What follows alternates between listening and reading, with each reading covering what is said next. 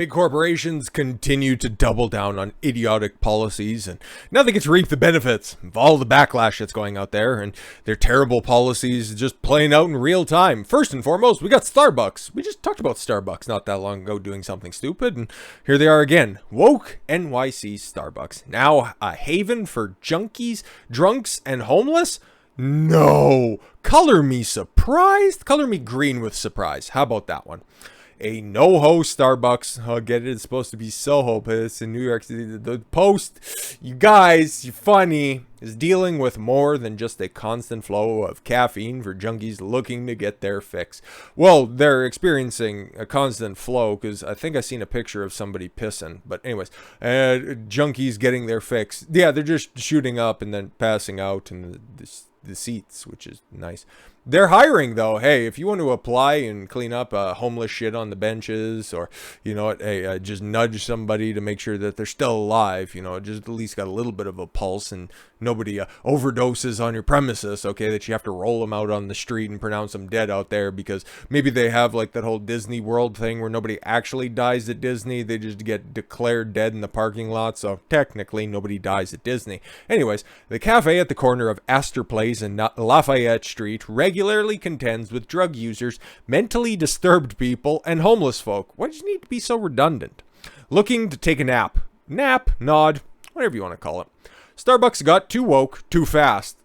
Too fast? Oh, they've been planning this shit for years, my guy, said Java Joint regular Konstantin Drobyakov. This wouldn't happen in Mother Russia. You have homeless junkies outside, you ship them to Siberia, have them swing pickaxe. They get over prescription drug addiction real fucking quick, comrade. Now some customers are too scared to go in because you have a bunch of homeless people sleeping in there. I don't know what accent that's because it's slightly becoming Arnold Schwarzenegger. Different parts of Europe. I'll just go back to the regular one. How about that?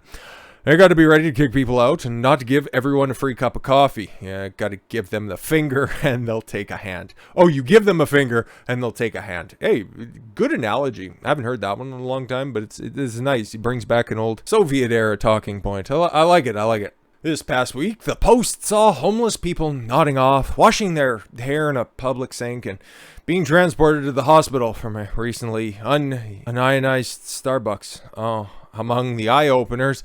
Oh, great. That's not enough. Great.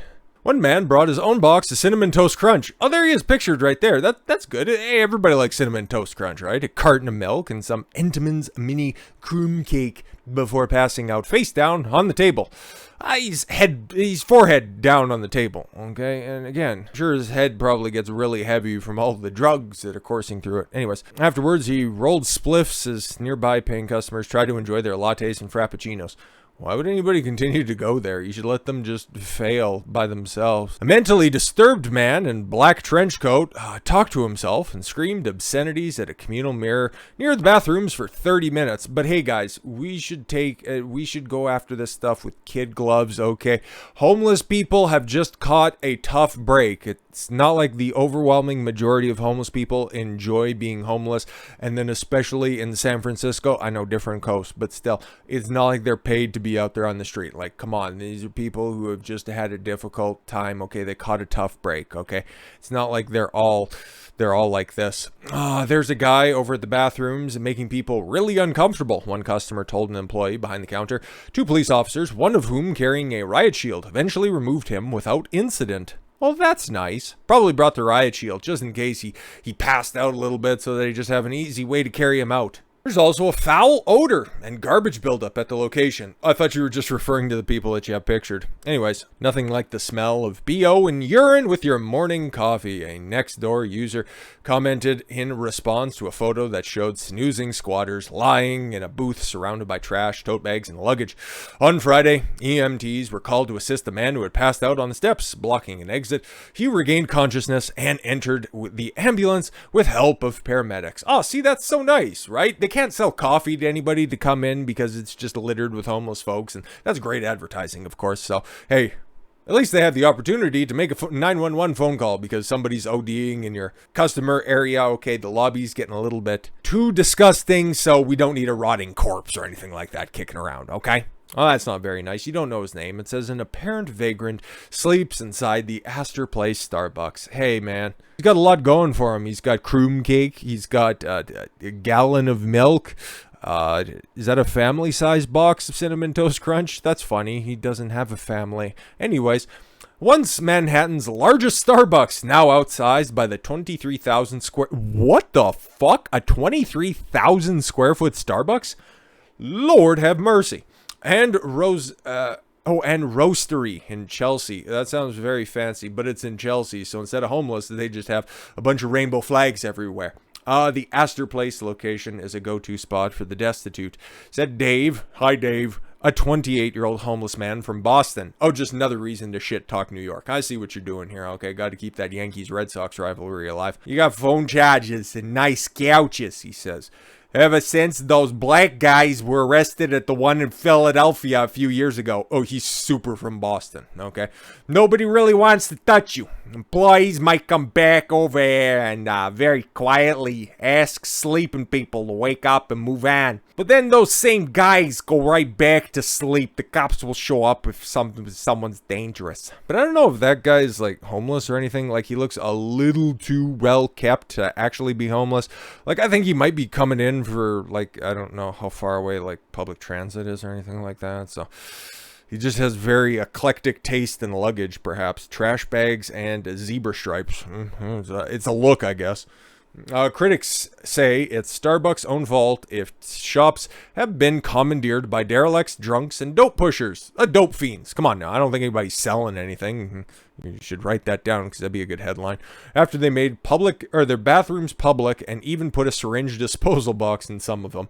Again, like if I had my choice of places to go, like I don't like coffee. I'd never buy coffee for myself because it's garbage third world swamp water. I hate it. I hate it so much. But any place that openly displays a syringe disposal box, if I see it at a place that I'm at, I'm never coming back. Or if it's advertised that we're homeless friendly, I am going to make sure that that place remains homeless friendly, and I will leave the fucking premises because I will not partake in this fucking nonsense.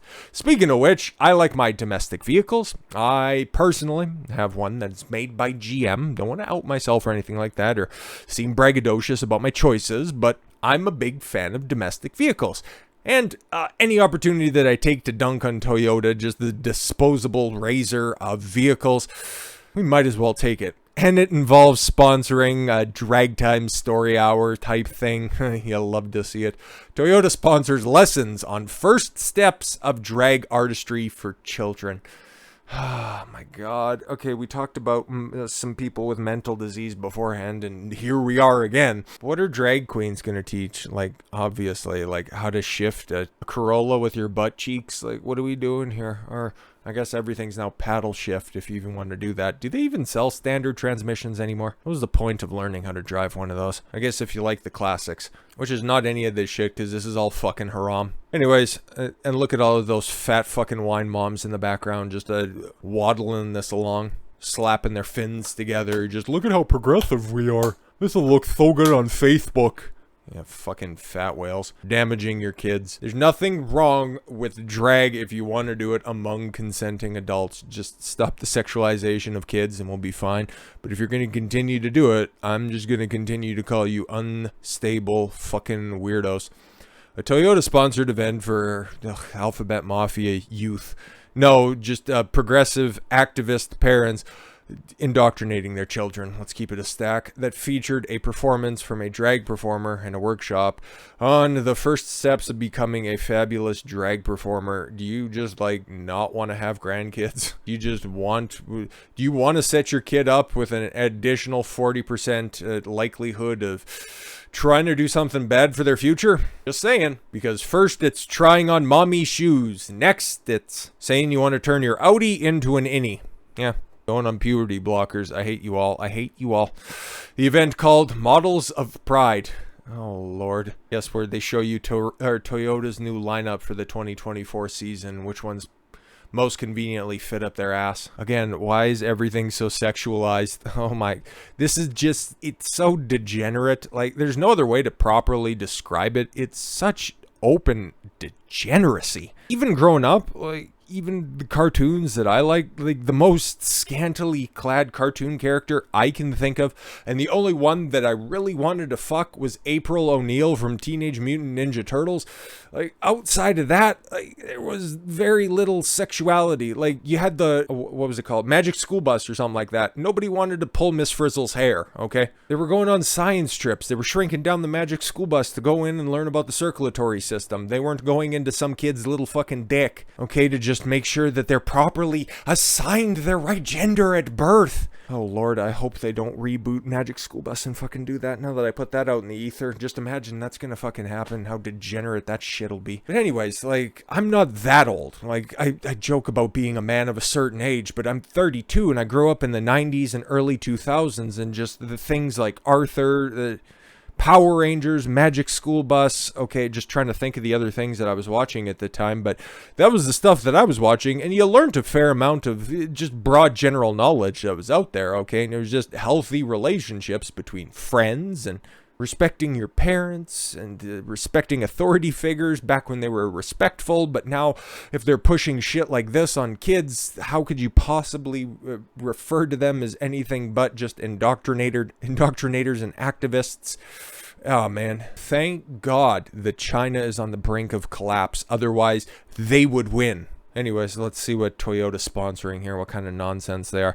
They're headquartered in Japan, and Japan doesn't deal with any of this fucking shit. They just laugh at the Westerners when they're like, ha ha ha, why you do that? But this must be Toyota America, okay? It's kind of like Sony America is way different than Sony Japan. But I still have hope for Final Fantasy Rebirth. Please don't suck. Anyways, just my little aside. Anyways, the event called Models of Pride was hosted by Los Angeles LGBT Center. Excuse me, you're missing a bunch of letters. And was intended for those 24 years and younger. Of course, because they like them young. Like, not the way that I like them young. Pause. 18 to 24. They like them, just get rid of the 8 or the 1. Whatever you want, okay? That's their style. Or just a better joke would have been to take the 24 years of age and younger, okay, just take the hyphen there, and then just put it between the 2 and the 4. That's what they're looking at. No minimum age was listed on their website. The Los Angeles LGBT Center described itself as the world's largest free conference for LGBTQ plus youth and their allies. Ugh. Oh, I see what's coming up, and I hate it. The event featured a performance from drag performer Do Me More, and was hosted by Mayhem Miller, who previously appeared on RuPaul's Drag Race. When I hear Mayhem Miller, being an old school UFC fan, I think of Jason Miller and how much more I would have liked for him to show up. Hey man, he could have potentially fit right in there. Okay, pause. But he had the rainbow colored hair and stuff, but he probably has a better right hook than anybody out there. And again, why wasn't he there? Anyways, that's a different lifestyle, knocking motherfuckers out for a living, okay? And that's something that should be held up a little bit more than just dudes and ladies clothing with augmentations trying to sexualize children. What is wrong with you? Miller told the crowd of children, when I was young, I didn't have anything like this. Good. And at least you stopped where you did. Now just think about it. If you had all of this stuff exposed to you when you were a kid, how much farther would you have taken this nonsense? Just wondering. You are going to change our future, and I love every single one of you. Stop it. You need to stay. Okay, somebody run this guy's record and just see if he can't live within 200 feet of a school. Just wondering. The event reportedly attracted roughly 400 attendees, including both kids and their parents. Oh, Lord. Calling CPS.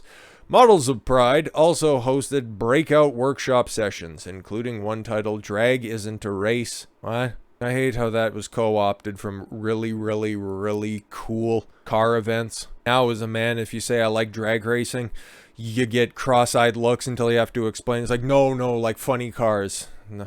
Instead of like, no, funny queers.